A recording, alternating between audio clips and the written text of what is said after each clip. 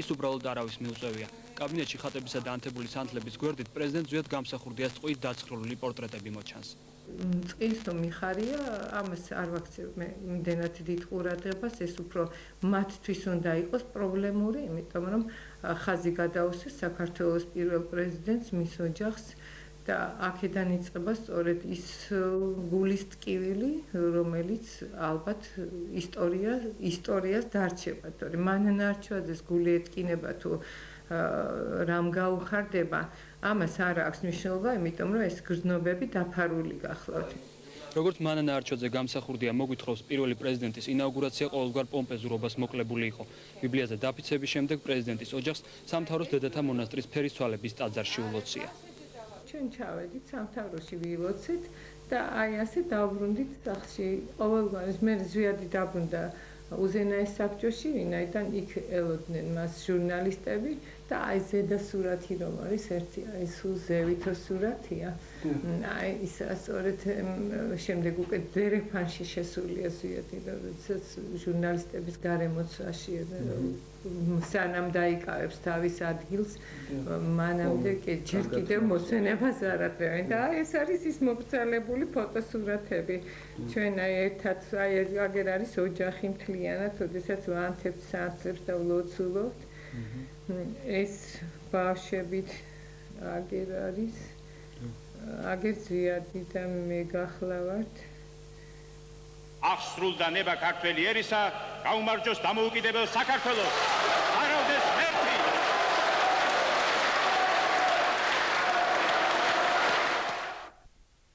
დამხობის თანამდები მასალების ირგვლივ გამოძიებული საქმეები. პრეზიდენტ ზვიად გამსახურდიას მეუღლე მანანა არჩოძე გამსახურდია გენერალური პროკურორის ბრძანებულების საფუძველზე შექმნილი კომისიის წევრია, რომელიც ამ პროცესს გააკონტროლებს. ჩვენი სტუმარი დღეს სწორედ ქალბატონი მანანა არჩოძე გამსახურდია გახლავთ სამშვიდობის ქალბატონი. სამშვიდობისა. ესეთი ძველი ის არსებობს გამონათქვამი, რომ თუ გინდა რაიმე საქმე გააკეთო, დაავალე ერთგაც და თუ გინდა რომ გადადოდით და არ გაკეთდეს, შექმენი კომისია. ამ შემთხვევაშიც გენპროკურატურა წავიდა გათელილი გზით და კვლავ შეიქმნა კომისია, რომელშიც მართალია თქვენც ხართ წევრად, მაგრამ გაქვთ თუ არა იმედი, რომ მე მოგახსენებთ ყოველივე ამის თაობაზე. აქ უფრო სხვაგვარად არის საქმე, ვიდრე თქვენ ინფორმაცია გაქვთ მიღებული ამის თაობაზე. უპირველეს ყოვლისა მინდა მოვახსენო ქართულ საზოგადოებას და მთლიანად ტელემაყურებლებს, რომლებიც დღევანდელ გადაცემას უყურებენ და დაინტერესებულები არიან იმ მოვლენებით, რომელთა ჩამონათვალიც თქვენ გააკეთეთ.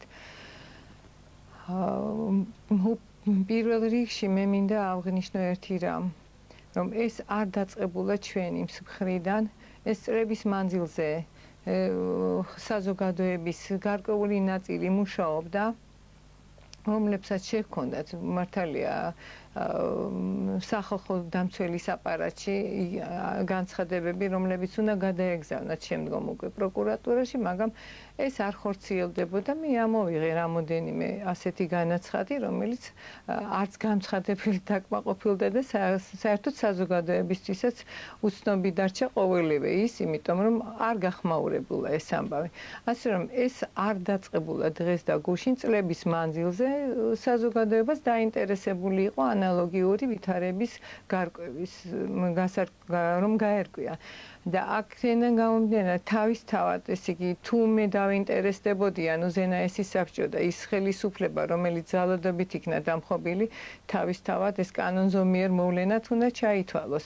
მიუხედავად იმისა, რომ ამას წინ წრები გახლდათ არასამთავრობო ორგანიზაციების მიერ გაკეთებული განცხადებები და შეტანილი სარჩელი, რომლის საფუძველზეც უნდა დაეწყო უკვე პროკურატურას იმ საქმეებზე უпростоრად, რომელიც დაგროვდა 1991-12 წლებიდან 2003 წლის ჩათვლით 29 დეკემბერს მოეწერა ამას ხელი. თავისთავად თუ იმშელებთ, ესე იგი, აქ ჩვენ არ გამოდივართ ამის უშუალო ინიციატორები გამოდიან საზოგადოების წარმომადგენლები, რომლებიც ნამდვილად ჩემთვის უცნობები აღმოჩნდნენ, ხელოთ შევხვდით ერთადერთი ნაცნობი შეიძლება დავასახელო 21 საუკუნის წარმომადგენლები არიან, რომლებიც დეპუტაციის სახით მათ გააკეთეს სახელით, მათ გააკეთეს ანალოგიური განცხადება იმასთან დაკავშირებით, რომ იქ არის დიდი ჩამონათვალი, საკმაოდ ცელი ჩამონათვალი არის, რომელიც მოიცავს მთელ იმ პერიოდს, რომელიც მათ მიაჩნიათ, რომ არ იქნა ჯეროვნად შეფასებული და დანაშაული ემატებოდა წლების მანძილზე.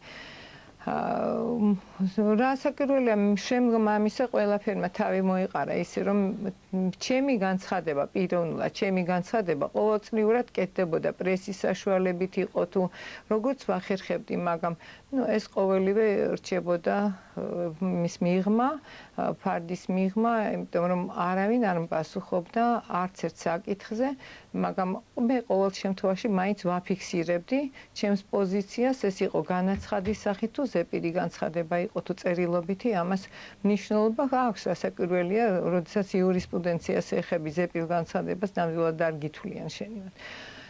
ასე რომ საბოლოო ჯამში მაინც დაგროვდა ეს ყველა მასალა იმისა, რომ დაინტერესებული პირები აცხადებდნენ უკვე პრეტენზიას იმაზე, რომ უნდა შეიქმნას ის, რაც საჭიროა. უნდა გავარკვიოთ ყველაფერი, რომელიც უკავშირდება კანონიერი ხელისუფლების ძალადობით დამხობას და ამის შემდგომ პროცესებში განვითარებულ მოვლენებს. სწორედ აქედან გამომდინარე, ის არამსამთავრობო ორგანიზაციები, ასევე იურისტების გარკვეული ჯგუფი, საქართველოს რესპუბლიკის კანონიერი ხელისუფლების წარმომადგენლები შეუთანხმდით ყოფილ გენერალურ პროკურორს ბატონ ნუგზარ გაბრიჩიძეს და როგორც იქნა სამი კვირის ესე თქვათ გაწამების შემდგომ ეხლა როგორც მახსოვს თქვენ რადიკალური ზომების მიღება და ნამდვილად ჩიმშილობის გამოცხადება და ყველაფერი კი ბატონო ჩიმშილობის გამოცხადება და ყველაფერი რათა მათ გადაედგათ ის ნაბიჯი რომელიც ჩემამდე უნდა გაეკეთებინათ და იმ ხალხის დაუშვათ განცხადებამდე რომელიც მას უკვე ჩათვალეს საჭიროს რომ საკმაოდ გავიდა იმას შემდეგ რაც უკვე ეს არის მიჩუმათებული ეს საკითხი და შეგნებულ ხასიათს ატარებდა. თუნდაც იმიტომ, რომ მე გია მეფარიშვილთანაც მომიწია ამ საკითხთან დაკავშირებით საუბარი, ასევე გაბრიჩიძეს არაერთხელ შევახსენე, რომ არ შეიძლება გაუხსნელი საქმეები თაროზე კონდეს შემოდებული და გენერალური პროკურორი არ ინტერესდებოდა თუ რა საქმეა ეს და ეს არ იყო არც ერთი საქმე არ მიმაჩნია რიგითად და ისე ჩვეულებრივად ყველაფერი რაც შედის პროკურატურაში, იმას უნდა მიეცეს თავისი შეფასება და იმან უნდა დაიკავოს ის ადგილი, რომ გამოძიების ქვემდებარე უნდა იყოს, მაგრამ ვინაიდან აქ ძალიან რთული მომენტი გახლდათ, ეს არის კანონიერი ხელისუფლების დამხობა, ძალისმიერი გზით, ეს იყო კრიმინალური გადატრიალება სახელმწიფოში, რომელსაც მოყვა ყველა სტრუქტურების აბსოლუტურად ყველა სტრუქტურების გაუქმება 4-ეულის მიერ თავისთავად ცხადია რომ ეს ამას სჭირდებოდა შეფასება. ეხლა შეფასება როგორც ასეთი მას მისცა თავად გროზნოში ჩატარებულმა სესიამ, რომელიც შედგა 92 წლის 13 მარტს, მაგრამ ხომ შეიძლება ვინმე თქვას რომ ეს არის ტენდენციური. მე ვაფასებ ამას, მაგრამ სამართლებრივი შეფასება ხომ არ ჩატარებულა.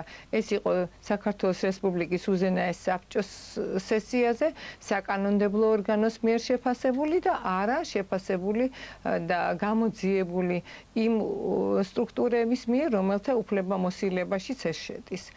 და თავისთავად ამან მიიღო ძალიან ისეთი ქრონიკული ხასიათი, რომ ფაქტიურად მიჩქმალული იქნა ეს ყოველივე, რამაც გამოიწვია თავისთავად სამართალმემკვიდრეობის საკითხზე ტაბუირება, ასევე ლეგიტიმაციის საკითხი ვინ საიდან როგორ მიიღო საუბარი არ არსებობდა ვინ ჩააბარა დაუშვათ იმ 4-ეულს ვინ გადააბარა ეს ამის იურიდიული მტკიცებულება თუ ქონდათ ან რაიმე დოკუმენტი თუ არსებობდა დღემდე ამის დოკუმენტი არ არსებობს და არც იარსებობს ბუნებაში მაგათ შეკითხა თუ პროკურატურამ ამჯერად მაინც მიიყვანა საქმე ბოლომდე გამოიძიეს საკითხები დააყენა სამართლებრივი შეფასების საკითხი. ალბათ პროკურატურა ვერ მიიცემს სამართლებრივ შეფასებას. არა, მე პროცესი უნდა შედგეს, ჩვეულებრივად პროცესი უნდა შედგეს.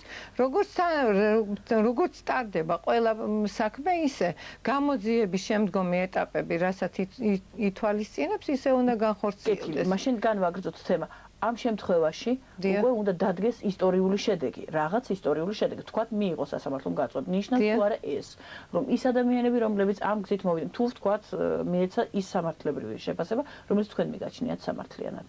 ხომ? ამ სიტუაციაში უნდა გასამართლდნენ ალბათ ის ადამიანები, რომლებიც მოვიდნენ მაშინ ძალადობრივი გზით ხელისუფლება. შემდგომი ფაქტი უკვე ეს უნდა იყოს, ხო? Ну, ეს უკვე მათი პრეროგატივა გახლავთ სასამართლოს. კი ბატონო, შეიძლება შეფასება მიეცეს, მაგრამ აქ ან მოლაპარაკება წარიმართოს ისე, რომ საქართველოში კვლავ დაპირისპირების რაღაც ახალი ტალღა არ წამოვიდეს, მაგრამ იყოს ობიექტური შეფასება და იყოს ისტორიაში დარჩეს ეს ყველაფერი ისე, როგორც იყო რეალურად და არა რაღაც შეთხზულები, რომელზეც თავად საუბრობდნენ, რომ აქ არის ფალსიფიცირებული, აშკარად დოკუმენტები ფალსიფიცირებულია, ეს საქმე ხელახლა უნდა გამოვიძიოთ და აი ამ გამოძიებასთან დაკავშირებით უნდა მოგახსენოთ, რომ ჩვენ შევქმნით ორმხრივი ჯგუფი. ორმხრივი წარმომადგენლობითი ჯგუფი იყო. მე არ მონაწილეობ ამაში, მხოლოდ ჩემი სახელი და გვარი ფიგურირებს, იმიტომ რომ მე ვარ თავისთავად დაზარალებული და არც მაქვს მე მონაწილეობის უფლება, იმიტომ რომ მე მონაწილეობა უნდა მივიღო მაშინ როგორც მოწმეთ დამკითხონ და ასე შემდეგ, მაგრამ ამ შემთხვევაში ის რომ თქვენ აი გატარებული ხართ ამ ბრძანებულებით ამ ბრძანებულებით მე გატარებული ვარ კომისიის წევრი უნდა ვიყო აუცილებლად იქიდან გამომდინარე, რომ მე ხელი მართალია არ მიმიწდება იმ დოკუმენტებზე, რომელიც ექნება თავად საგამომძიებელ ნებისმიერ გამომძიებელს, მაგრამ ეს არ ნიშნავს იმას, რომ მე ავარიდო თავი იმ ჭეშმარიტების დადგენას, რომელსაც შეიძლება ვიღაც გაექცეს. ამის შეტყობინება მოგმივა და უშუალოდ ჩვენი წარმომადგენლების სახით, ასევე იმ წარმომადგენლების სახით, რომელთა სიებით შედგენილი იქნას თვითონ გენპროკურატურის მიერ, მაგრამ რამოდენიმე პიროვნებამ, როგორც გაბრიჩიძემ განაცხადა, მე არ ვიცი, რამდენად რეალურია ყოველივე ეს, მაგრამ მათ უარი განაცხადეს დაახლოებით 8 კაცმა 14-დან, თითქოს იმის გამო, რომ ჩვენ არ გვინდა ამ საქმეში მივიღოთ მონაწილეობა. მე ჩემთვის უკვე გასაგები გახდა, თუ რატომ არ უნდათ ვინაიდან ის პიროვნებები მონაწილეობდნენ აი ამის შეთხზვაში, ამ სიყალბის შეთხზვაში და ეხლა წარმოიდგინეთ, რომ ჩააბარო იმ ხალხს ისევ ის საქმე, რომელიც მათ არ გამოუძიებიათ, ყოველგვარი საფუძველი არის ამ საქმის საფუძველი არის სიყალბე, ფალსიფიცირება ყველაფრისა და ამის შემდგომ ეხლა როგორ უნდა ენდო და თავისთავად თვითონვე გაერიდა შესაძლოა მართალი იყო ამ შემთხვევაში გაბრიჩიძე, რომელმაც განაცხადა, რომ 8 კაცმა უარი, მაგრამ 8 კი არა, 800 კაცი ყავთ იქ და ამ რაზეა საუბარი. მაგათ ნამდვილად არ გაუჭირდებათ გამომძიებლების მოყვანა, თუ გამოძიება სურთ რომ დაიწყონ, მაგრამ თავარი ერთი რამ გახლდათ, რომელშიც მე ძალიან შემეპარა ეჭვი, ამან რაღაც შიშის ფენომენი დაანერგა თუნდაც იმ პროკურატურისა ბალუაშვილი, რომელმაც ზვიად გამსახურდიას წინააღმდეგ ბალუაშვილმა და რაზმაძემ ცალკე 92 წელს, 93 წელს ფაქტიურად ბრალეულად ითვლება ზვიად გამსახურდია. საქართველოს რესპუბლიკის პრეზიდენტი, რომელმაც თავისი ცხოვრების 54 წელი შესწირა საქართველოს დამოუკიდებლობისათვის ბრძოლა, მას მიუყენეს მუხლი ბრალდებად, ესე იგი ღალატის მუხლი. ეხლა როგორია ეს ჩემთვის მაგალითად, როგორც მეუღლისთვის, როგორია ეს თქვენთვის, თუნდაც დაპირისპირებული იყავი და თუნდაც არა თქვენი სახელმწიფოს პრეზიდენტი იყოს და პრეზიდენტზე რომელზეც არავის არ შეუძლია თქვას გარდა იმისა რომ ეს კაცი იყო წამებული და ტანჯული იმის გამო რომ თავის ერის ბედი ადარდებდა ამის ის კაცი არის ითვლება ბრალეულად აი ამ სიკეთისა და სიყვარულისა და აი იმ წამებული ცხოვრების გამო ნატანჯის ცხოვრების გამო რომელიც მანდ მისმა მეგობარმა განვლო ამ წლების მანძილზე და ამას ამასთანავე ეს უდიდესი ნუ რასაკვირველია ცილის წამებასაც აღემატება. იცით, ამისთვის უკვე აღარ არსებობს მე მგონი ლექსიკონში რაღაც შესატყვისი რომ თითქოს ზვიად გამსახურდიამ სახელმწიფო ქონება გაფლანგა და მიითვისა რაღაც გარკვეული თანხები საკუთარი ესე იგი მიზნის და არ ვიცი ხა რა მიზანი უნდა მიეღწია რა მიზნისთვის გამოიყენა ჩემთვის ეს უცნობია ისევე როგორც ზიად გამსახურდიასი და თქვენ ალბათ გეცნობათ ეს ყოველივე იმასთან დაკავშირებით როდესაც ჩვენ საქართველოს დაგვატოვებინეს ძალით მაშინ გავრცელეს სწორედ ეს ყალბი ინფორმაცია საქართველოს კი არა მსოფლიოს მასშტაბით რომ ჩვენ გავიტაცეთ თითქოს 700,000 700,000 მე მგონი თუ ამაზე მეტი თანხა 700,000 და კიდევ 40 კილოგრამი ოქრო. ეხლა ამას მოფიქრება ხომ უნდა და სხვათა შორის მე მინდა აღვნიშნო აქვე იცით ყველაფერი სამწუხარო არის და ტრაგიკულია ჩვენს მიმართ რაც კი იქნა გამოყენებული. როდესაც მე მოსკოვში გახლდით გერმანიის საელჩოში მე მინდა ამას ხაზგასმით აღვნიშნო ეს რომ გერმანიის საელჩოში ავიღე ენციკლოპედია სადაც იყო პოლიტიკოსებზე ყველა პოლიტიკოსის ბიოგრაფია და ამ დროს ზვიად გამსახურდიას ბიოგრაფიაც არის და გერმანელები რომელთაც შეადგინეს ეს პოლიტიკოსების ენციკლოპედია დაეყრნენ კიტოვან სიგუას ჩვენებას და არის ახლა ყველას დასამარცხინოთ ევროპაშიც გავიდა და უკვე დაფიქსირდა თავისი ადგილი იპოვა ისტორიაში რომ ზვიად გამსახურდიამ გაიტაცა საქართველოსთან ეს თანხა 40 კილოგრამი ოქრო და თურმე კიდე რაღაც ზოოპარკი გადასაადგილებელი რაღაც პირიდვიჟნოია ესე წერა პირდაპირ გერმანულ ენაზე იყო რა ზოოპარკებოდა ერთი მაინტერესებს ან რა წავიღეთ საქართველოსთან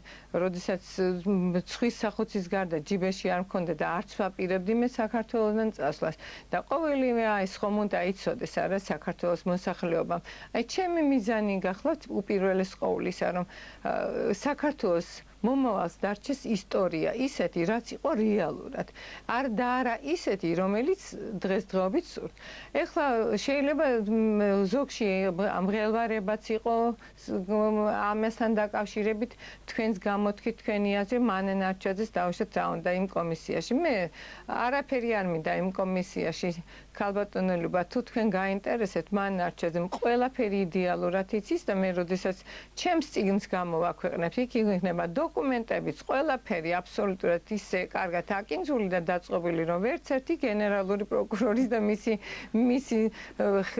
ქვეშ მყოფი დაქვემდებარებაში მყოფი გამომძიებელი ვერ მომიგებს იმ პროცესზე და ასევე ჩემთვის ცნობილია ზვიად გამსახურდიას მკვლელი რომელზეც მე ჩირკს ცხევენ ნამდვილად დღევანდელი რაოში დაბეჭდილი სიბინძურე მე იმ კაცისთვის ნამდვილად შესაფერისად მიმაჩნია ვინც ამის ავტორად ითვლება იმისგან სხვა არაფერი არ შეიძლება მოისმინო თუ არა სიბინძურე და ტალახი მაგრამ ტალახი მარმარილოს არ ეკარება ყველაფერი უბრუნდება მას უკან იმიტომ რომ თავად მოხდა ისეთ გარემოცვაში რასაკვირველია მან უნდა გუნდრუკი უკმიოს იმ ხალხს რომელთაც მონაწილეობა მიიღეს სწორედ იმ პროცესებში რომელიც ეხება ზვიად გამსახურდიას ხელისუფლების დამხობას ზვიად გამსახურდიას წინააღმდეგ საქმის აღძრას ზვიად გამსახურდიას მკვლელობის საქმეს და ასე შემდეგ ტელემაყურებელი მან ჩვენ ერთ ძალიან დიდი ხანია გველოდებოდა და მოусმინეთ გისმენ მოგესალმებით ხალბატონულობა. მოგესალმებით თქვენ სტუმარს ხალბატონ მანანას.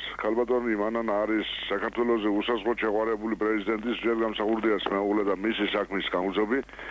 ხალბატონ მანანა უნდა გითხრათ რომ კვალი მაგიდა რომელსაც თქვენ ხელმძღვანელობთ უზენაეს საბჭო რომელიც თქვენ გვერდით დგას ყველაზე ეროვნული, ყველაზე რადიკალური ძალა და ყველაზე ერთგული ძალაა საქართველოსთვის დღეს. ამ დღეებში ხალბატონ მანანა როგორც თქვენ ახსენეთ რადიო თავისუფლებამ და გაზეთმა რაო-რაომ გამოაქვეყნა გურამ აბსნაძის ინტერვიუს, რომელშიც ის ლაპარაკობს ზვიად გამსახურდიას ნეშტის გადმოსვენების შესახებ. როგორც თქვენ ასევე ჩვენც აღშფოთებული ვართ გურამ აბსნაძის ამ ინტერვიუთი. მას არ აქვს უფლება ამ საკითხზე ილაპარაკოს და ასეთი ჩირკი მოწყოს სხვას, მან ხომ დღეში უსახსროდ მიატოვა ზვიად გამსახურდია თავის დროზე. მადლობთ. მე ნამდვილად არ მინდოდა ამ თემაზე გადასვლა, იმიტომ რომ მე მინდა საზოგადოებას უპირველეს ყოვლისა მოვახსენო იმის შესახებ, თუ რა მომძრავებს და რა არის აუცილებელი იმისათვის, რომ მე არ მაინტერესებს აფსანძეები რა სიტყვიან და სხვები და აფსანძე ვისაც ექვემდებარება, ასევე ის პიროვნება, იმიტომ რომ ის პიროვნება თავად არის ბრალეული სახელმწიფო გადატრიალებაში მონაწილე არის, სახელმწიფო გადატრიალების მონაწილე გახლავთ და თავად ის ავტორი დღევანდელი თუნდაც რაო-რაოში გამოქვეყნებული სტატიის ავტორიც არანაკლებ ბრალეულია იმასთან დაკავშირებით, რომელიც აი ახლა მოქალაქემ კარგად იცოდა, იმიტომ ეს საკმაოდ გახმაურებული ფაქტი გახლავთ, მაგრამ მთავარი არის სხვა მომენტები, რომელიც უნდა დაფიქსირდეს. ეს არის სამართალმემკვიდრეობის საკითხი.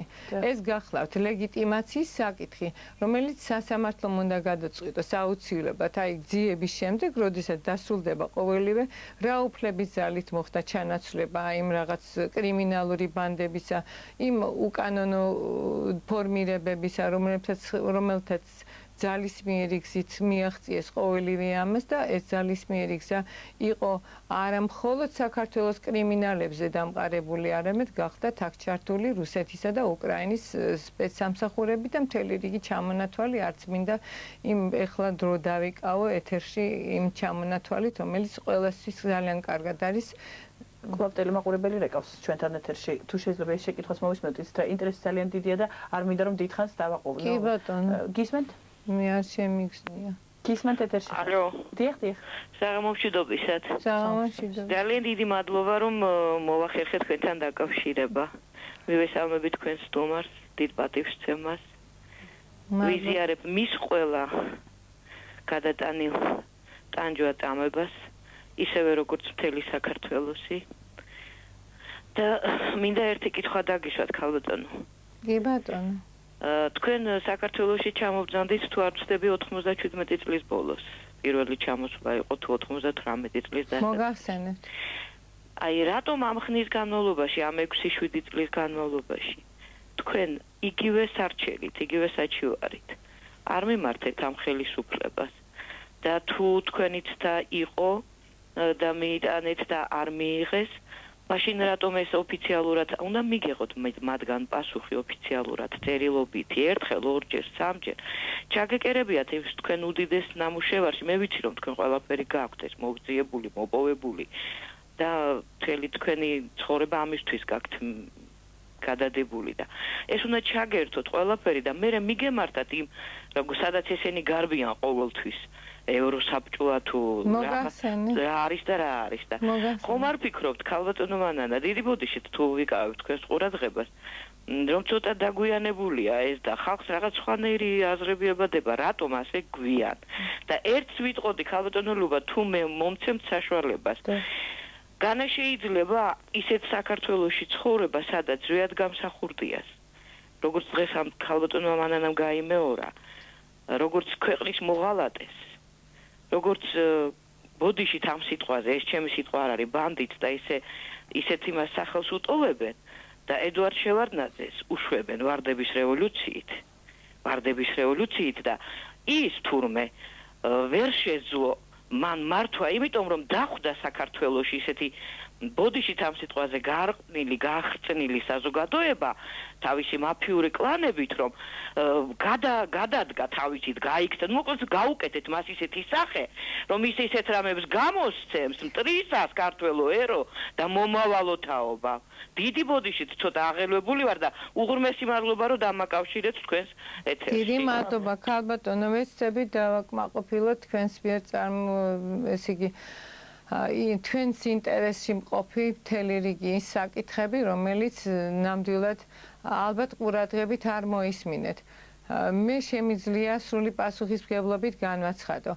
1997 წლის 14 აპრილს ჩამოვედი პირველად საქართველოში და მაშინვე დავაყენე საკითხი, რომ ზვიად გამსახურდიას მკვლელობასთან დაკავშირებით. სულ 2 კვირით გახლდით თბილისში, მაგრამ თქვენ არ გეგონოთ მე რამემ შემაშინა და არც ერთმა ქართველმა არ დაუშვას ვინც დღეს გადაცემას ისმენს.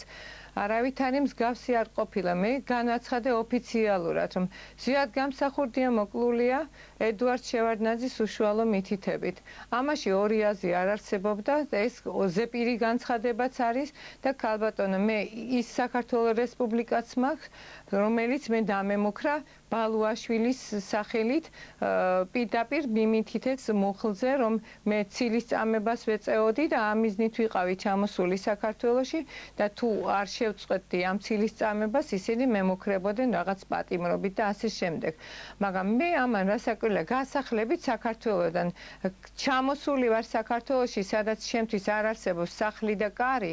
ჩამოვედი იმისათვის, რომ ჩემი საქართველო მარტო ხელა ქალმა მოაინც მოვინახულო და ის ყველა ადამიანი ჩავიკრა გულში, რომელიც მე ყოველთვის მიყვარდა და ყოველთვის პატივს სცემდი და ამ დროს მემუქრებიან საქართველოსდან გაძევებით.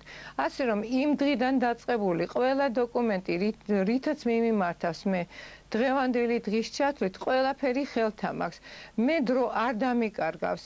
ელემენტარულად ძალა არ არსებობდა. ყველგან მაფერხებდნენ, ყველგან ხელს მიშლიდნენ, არავინ არ მღებულობდა. ეს ჩემი დოკუმენტები რეგისტრაციაშიც და კანცელარიაშიც კი იკარგებოდა. იმ კანცელარიაში, სადაც თითქოს რეგისტრაციის ნომერიც უნდა გქონდეთ და ყველაფერი უნდა მიიღო ისე, როგორც წესია. მაგრამ ვინაიდან ჩემს მიერ გაკეთებული განცხადებები იყო ისეთ საკითხებთან დაკავშირებული, რომელსაც ვერცად ვერ გაექცეოდნენ ვერც ერთ დროს, ყველა გარკვეულწილად ირიდებდა თავიდან ამას. თუნდაც მე შემიძლია გავიხსენო ბალუაშვილის გამოძახება ჩემი პირადად, რომელსაც ახლდა მაშინდელი ქალაქის პოლიციის შეფის მოადგილე ბატონი უშანგი მგელაძე. მე ისე ვერ მიმიყვანეს პროკურატურაში, იმიტომ რომ არ თვლიდი საჭიროდ ერთხელ 10-ჯერ 20-ჯერ რომ გააკეთებ განცხადებას, ხომ უნდა ჩაგაგდონ რაღაცას. და შემდგომ უკვე ძალადობა არ გამოუყენებიათ, მაგრამ ყოველ შემთხვევაში მე ვიტყოდი, რომ ბადაგი ეს როლს ასრულებდა. აი ასე მიმიყვანეს მე პროკურატურაში და ბალუაშვილი თავაზობდა ერთ ამას, რომ წარმოადგინეთ თქვენი დოკუმენტები, თუ რა მასალები გაგაჩნიათ და შემდეგ დავიწყებთ ძიებას. ბალუაშვილი ჩემგან ითხოვს მასალებს, როდესაც მასალების მთები აქვთ მათ და ეს მთები ყველაფერი მათ ისე მოათავსეს სარდაფებში, რომ მე მგონი ახლა უკვე ვირთხების განადგურებული იქნება, მაგრამ ამას თუ ამოწევს ამ მასალებს თქვენი ასეთ რეალურად. ჩემის აზრით, დღევანდელი პროკურატურა თუ არ მოკიდებს ხელს ამას, იგი ნამდვილად წამგებიან როლში აღმოჩნდება იმის გამო, რომ სიმართლეს ვერავინ ვერ გაექცევა. დღეს თუ ხვალ მაინც დადგება ეს საკითხი და ზოგიერთი რომ ბრძანებს, რომ მანე ნარჩვაძე წინააღმდეგია იმისა, რომელიც ჩემთვის ძალიან ცუდია, ელემენტარულად დაფიქსირებაც კი იმ სიტყვებისა, რომელიცაც გვერდს ვერ აუვლი. გროზნოდან ზვიად გამსახურდიას ჩამბრძანება. მე ასე ვიტყოდი. იცით რა შეა საქმე? სანამ ზვიად გამსახურდიას კანონიერი ხელისუფლების საქმე არ იქნება ბოლომდე მიყვანილი, სანამ არ დადგინდება რამდენად ლეგიტიმური იყო ის ხელისუფლება, რომელიც შემდგომ მოვიდა, სანამ არ დამტკიცდება სამართალმემკვიდრეობის საკითხი, სანამ არ გაარკვევენ ვინ იყო სამართალმემკვიდრე, კანონიერი ხელისუფლება თუ ძალისმიერი გზით მოსული ხელისუფლება, რომლებიც დამამხობლები იყვნენ, სანამ არ გაირკვევა საკითხი კერძოდ ზვიად გამსახურდიას ბრალეულობის შესახებ, ზვიად გამსახურდიას მკვლელობის შესახებ, რომელიც მზეც მე ყველანაირი მონაცემები მაქვს, მაგრამ მე არ მიმაჩნია ეს გამართლებულად, იმიტომ რომ მე მაინც ვარ მეუღლე პირველი პირი, რომელსაც შეიძლება ტენდენციურად ჩამითვალო მთელი რიგი საკითხებისა, მაგრამ მე ნამდვილად არ მინდა ეს ყველაფერი, იმიტომ რომ მე მინდა რომ ფაქტიურად იყოს ეს ძალიან ობიექტური. ჩემთვის მკვლელიც ნაცნობია, დამკვეთიც ნაცნობია, ვინ დაძდებდა ზვიად გამსახურდიას ყოველ ბუჩქში, ყოველ სახლში, შესული რომ არ იყო და მანამდე უკვე ინფორმაცია გაჟონილი იყო. ეს მე აღარ მინდა ეხლა აქ დავაფიქსირო, იმიტომ რომ მე თავს ვიკავებ ყოველგვარი ჩვენების მიცემისგან, ამ ველოდები დროს, როდესაც მე დამკითხავენ იმ რანგში, რომელიც მეკუთვნის და დამაპირისპირებენ იმ პიროვნებებთან, რომელსაც მე დავასახელებ და ეს აუცილებელია რომ მოხდეს და შემდგომ დაიწყონ ჩივილი. ეს თანხმობის კომისიაა თუ უთანხმოების კომისია, მე ასე მიმაჩნია რომ ისინი პირიქით საქმეს ურევენ, ვიდრე დაინტერესებული იყვნენ იმით რომ მართლა მოხდეს. აი ჩემს მიერ ჩამოთვლილი, მე მგონი აქ არ არის ისეთი ზოგადი საკითხები, ეს უნდა აინტერესებდა სრულიად საქართველოს. და ამ შემთხვევაში დღეს მე რაც წავიკითხე რომ მან ნარჩოძე ეწინააღმდეგება თურმე შევარდნაძის რეჟიმის აღმოფხვრა მიდის საქართველოში და მე თუ